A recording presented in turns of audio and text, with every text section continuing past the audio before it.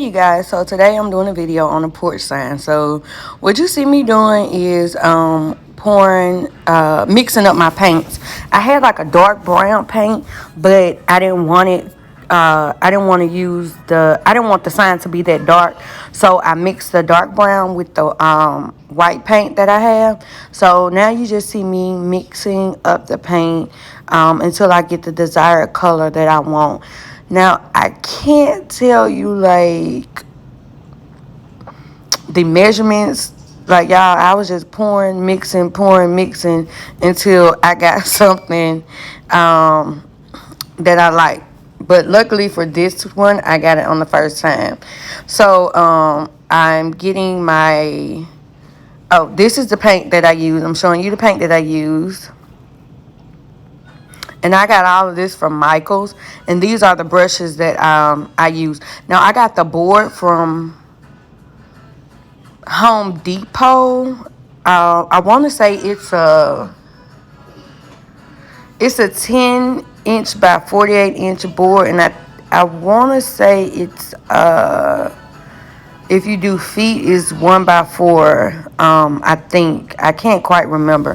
But all I'm doing here is just painting the board with the paint, and I'm going to do this a couple of times until I get like the desired coating that I would like.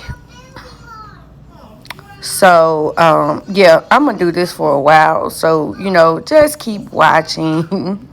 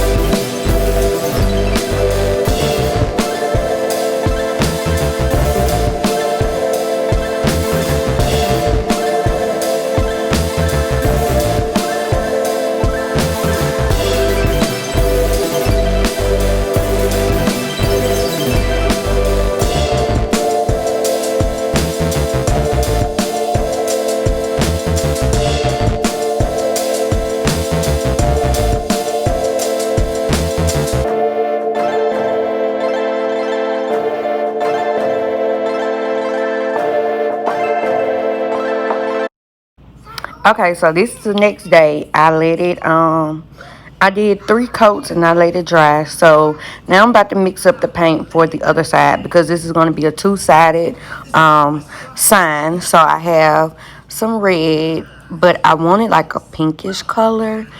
So I'm going to mix the red and the white together until I get a color that I actually like. So all I'm doing is putting it in a bowl, and then I'm gonna stir it up with one of my with the tips of one of my other paint brushes until I get the desired color.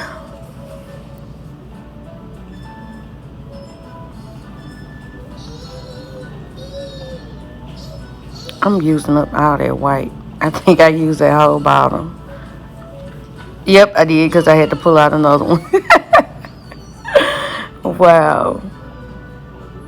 It was hard. It was easy mixing the brown, but when it came to this one, it was quite difficult because I had to use, like, I just couldn't get the color I wanted. As you can see, I'm using more white. Maybe next time I'll just buy some pink. But I had red and white on hand, so I kind of like decided to use what I had. So I finally got the desired color, got my brush, and now I'm about to start painting. So since I already did the other side, you can see that I did the other side, and I also did the the sides. They are brown, so really all I have to do for this one is just paint that flat surface, the flat side. All I have to do is paint that. So and I have to be careful, which I did mess up. Like, I was trying not to get any of the pinkish color or reddish color, whatever you want to call it, on the brown, but I did anyway. But it was okay because this sign is actually going up in my house and not going to someone. So I was okay with that. But yeah, you have to be very careful. So what I probably should have did was do the other side and then do the edges last. Like, do both sides and then do the edges last. That way, if I did, get red paint on it, it would be okay because I would have went over it with the brown. But I mean, you live and you learn. So next time I'll probably do it like that. But yeah, when you're doing it, you have to be very careful not to get any of the other paint on the edges if you're using a different color. Now, if you're using the same color, then it really doesn't matter. But if you're using a different color, then yeah, you want to be careful. And another thing I noticed when doing this is the foam brushes work so much better on the wood than just your regular paint brushes. I tried to use regular paint brushes, but it didn't coat the wood like the foam brushes. So if you try this, I would suggest using the foam brushes because they are so much better than just your normal regular paintbrush. So for this, I think I did 3 coats on this one, and then I let it dry for a day. Yeah, which you could probably just let it dry for a couple of hours, but y'all, I was being lazy, so I just let it dry for a day. Alright, so now I'm showing you how I actually did the process on my Cricut. So this is the sign that I have. It's welcome to our home. And so now I am unattaching it because it was all attached. I'm unattaching it and I'm changing each letter to a different color because I want them to print out separately. I don't want them to print out together because it's too long. So I'm changing the color so that it'll print out separately. And then now I'm trying to get the design up top with the welcome to our to print out together. Y'all, I caught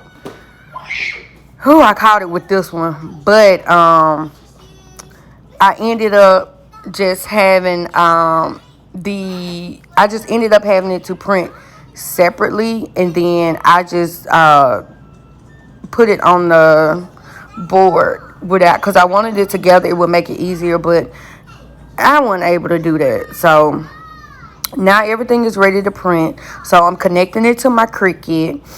I have a Cricut Air Explorer too. I didn't state that, but I have a Cricut Air Explorer too. So I set the material. I actually set it on my Cricut. How I want it. I set it on vinyl because that's what I'm using, the permanent vinyl. And then now I'm printing out the welcome to our with the design. I'm printing that out. I'll show a clip of that also, of like me printing stuff out and weeding it and all of that. But yeah, so I set the material setting, I actually set it on my Cricut. I didn't. You can set it through Design Space, but I just normally do it on my Cricut. I just turn the knob and then I set what material. I set it on the material that I'm working with, and then so it takes, depending on how big your design is, it could take a while, and if it's small, it won't take long, but it'll show you the percentage of, completeness on Design Space.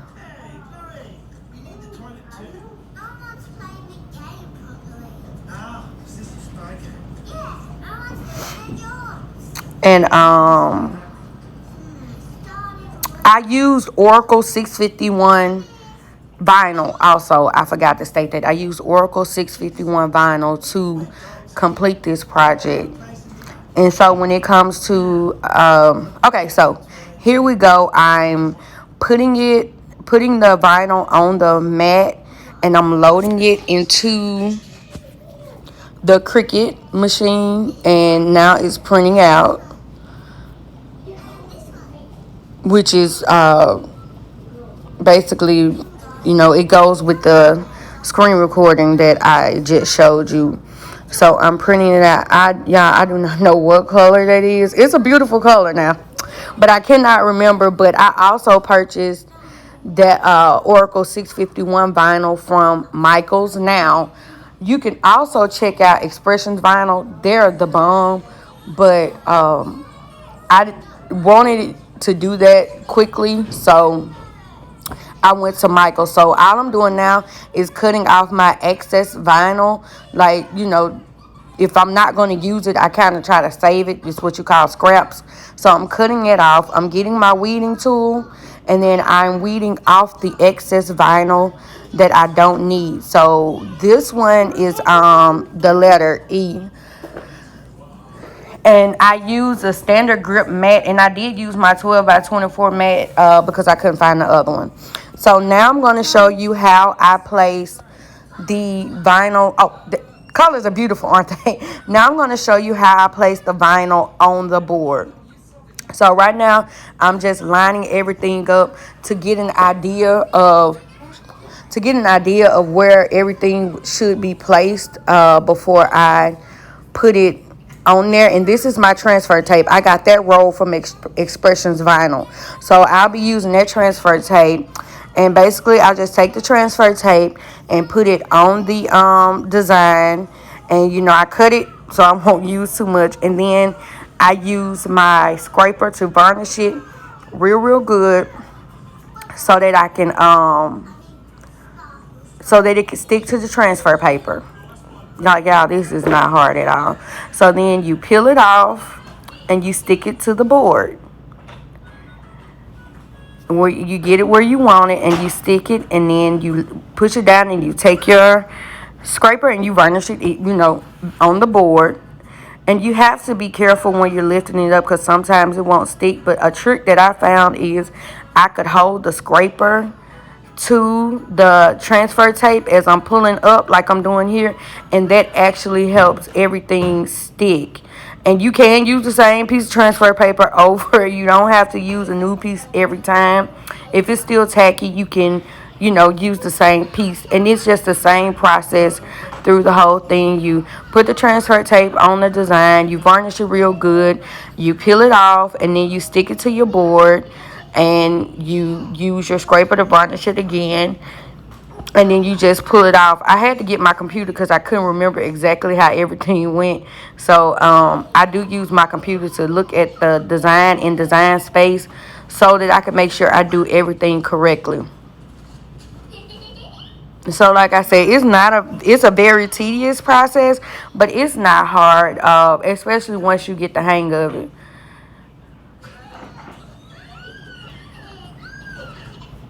And I'm sorry about the glare. I realized I had a bad glare. That's why I closed my blinds.